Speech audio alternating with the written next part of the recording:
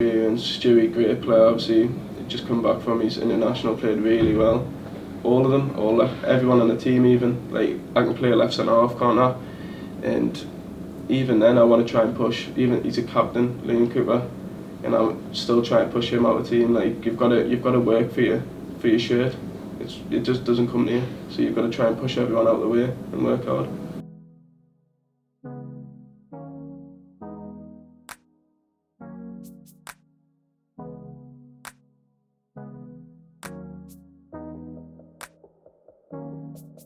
So how are you? You alright? Yeah, not bad at all, mate. Good. So how long ago was it when you became a Leeds fan? How many years ago was that? I mean, I became a Leeds fan off the back of a fantastic era, the David O'Leary era. We have people like Mark Viduka, Ollie DeCour, Lee Bowyer, Lucas Radeby, the Chief, Nigel Martin. Pretty much every player in the team was an international, they're top class, world class players. And it was a world class time to be a Leeds fan, and I kind of got the bug off my dad. Obviously, as Heidi mentioned, the Don Revie era, the dad's very much got into supporting Leeds from the Don Revie era. Well. I'm a family full of Liverpool and Everton fans, to be fair, a couple of City fans as well, so sometimes it's been tough, but I mean, I became a Leeds fan very much off the back of the Champions League runs, about 2001, 2002, and it was a time when my dad was really pushing me to get into football. I wasn't that interested in it, and then watching the European nights as a kid, being in primary school, and you're just thinking, wow, this, football is something else, and then I got really into it when Leeds were having a really bad time. We got relegated from the Premier League. As well, what's your background? What do you do with Leeds United? I mean, we were part of a fan-run YouTube channel called All Leeds TV, so we pretty much produce match reviews, match previews of games coming up. We do watch-alongs of games as well from time to time as well, and we do pretty much everything related to Leeds. Any latest news, and we'll do a video on it. So is that on YouTube? Is a YouTube channel? It's a YouTube channel. We've been going about 2 years now, so we've very much kicked on. We started at the back end of the Paul Heckingbottom era, not the greatest of starts, to be fair. But then as soon as we got involved, I think all our Christmases came at once. Marcelo Bielsa came into the club, and it was just an absolute. We could not have timed it any better. To be fair, the last 2 years.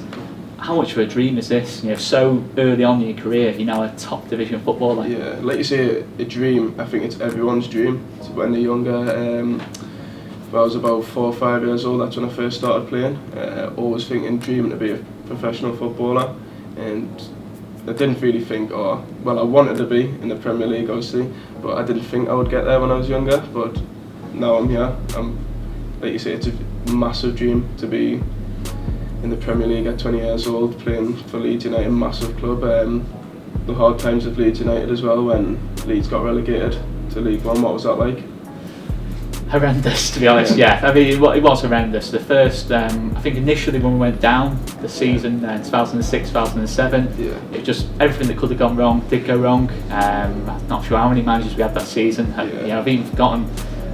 But it was a pretty forgettable time actually getting relegated. When we actually went into League One, I think you really started to feel what Leeds was about as a club. The siege mentality started to build. A week before we went into League One, got hit with a minus 15-point penalty, and you're thinking, why me? We're in financial ruin.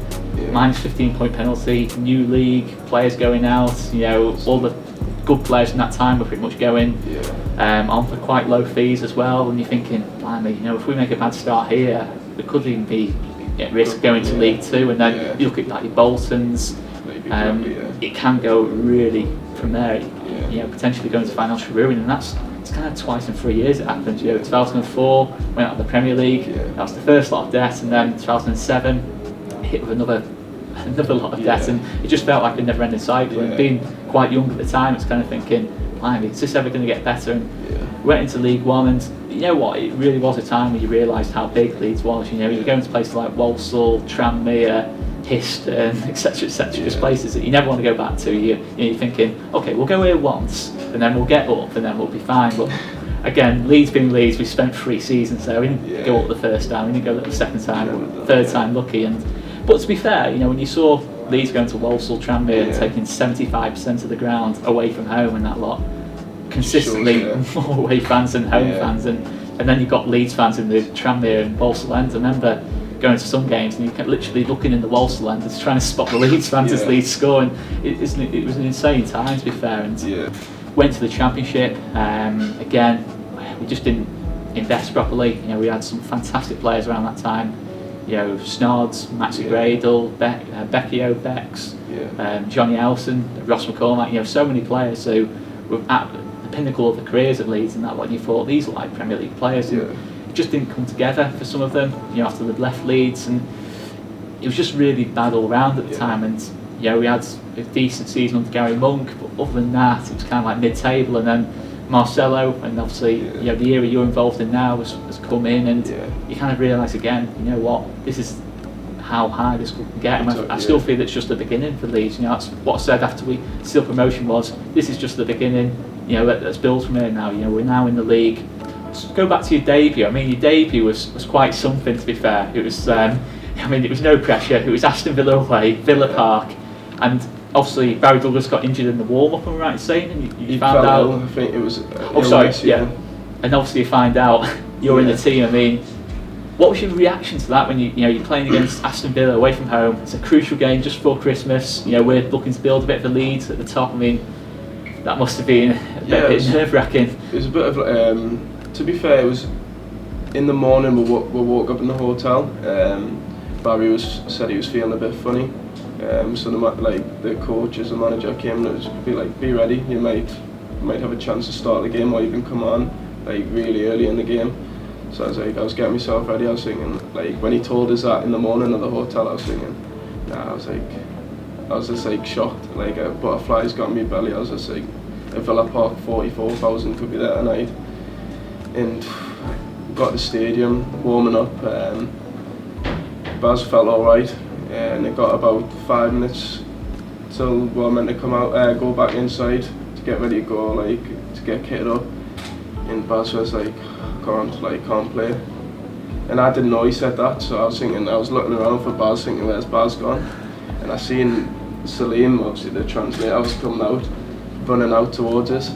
So he was like, get ready. I was like, what? Like, I was just like, nah. He was just like, you might be starting. So he was like warming up with us, getting obviously my feet going, winning balls and that. Went back in the change room. Baz had his kit on, thinking, right, he's playing, it's alright. He's like, be ready though. And then Baz was just like, had to go to the toilet. I was just like, nah, he's not feeling good yet. And I just felt a hand on my back as Marcelo turned us around, was just like, this was 3 minutes before kick off.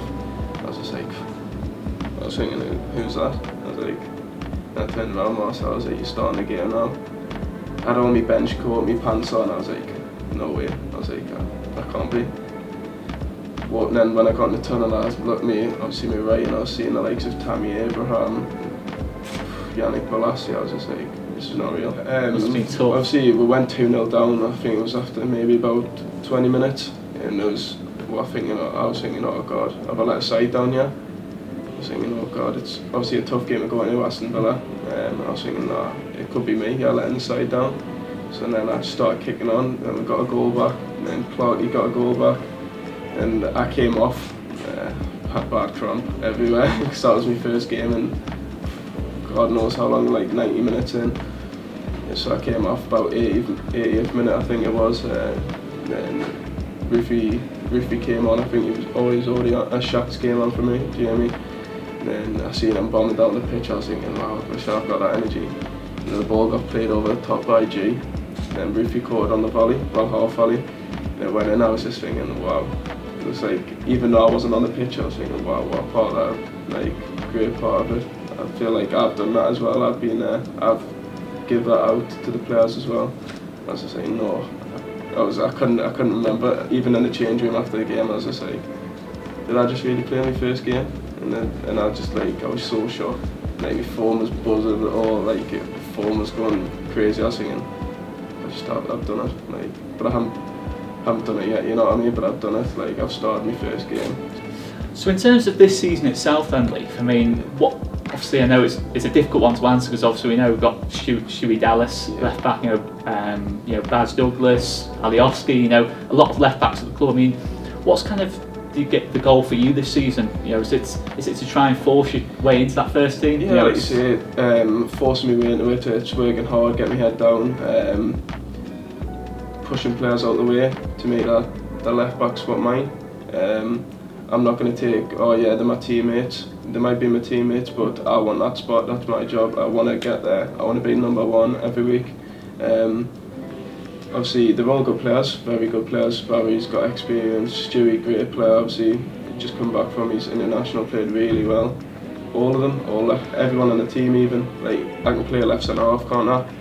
And even then, I want to try and push. Even he's a captain, Liam Cooper, and I'm still trying to push him out of the team. Like you've got to work for your shirt.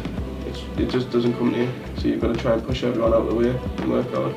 It's nice to meet you. And, I hope to see you very soon. And this is a top that I think it was Arsenal in the cup, in the cup. So I'd like to give this a go. Thanks so much, mate. No problem. Thanks so no much. problem at all. And all the best. You know, all the best for this season. You know, just smash it, mate. You know, it's keep the faith. You know, look at the players around you. Playing with the best manager in the world. You know, just keep going, mate. Yeah. Level-headed as a fun, mate, for a young player. Keep pushing on, and you get there, mate. Absolutely, 100%. Thanks very much. Thank you.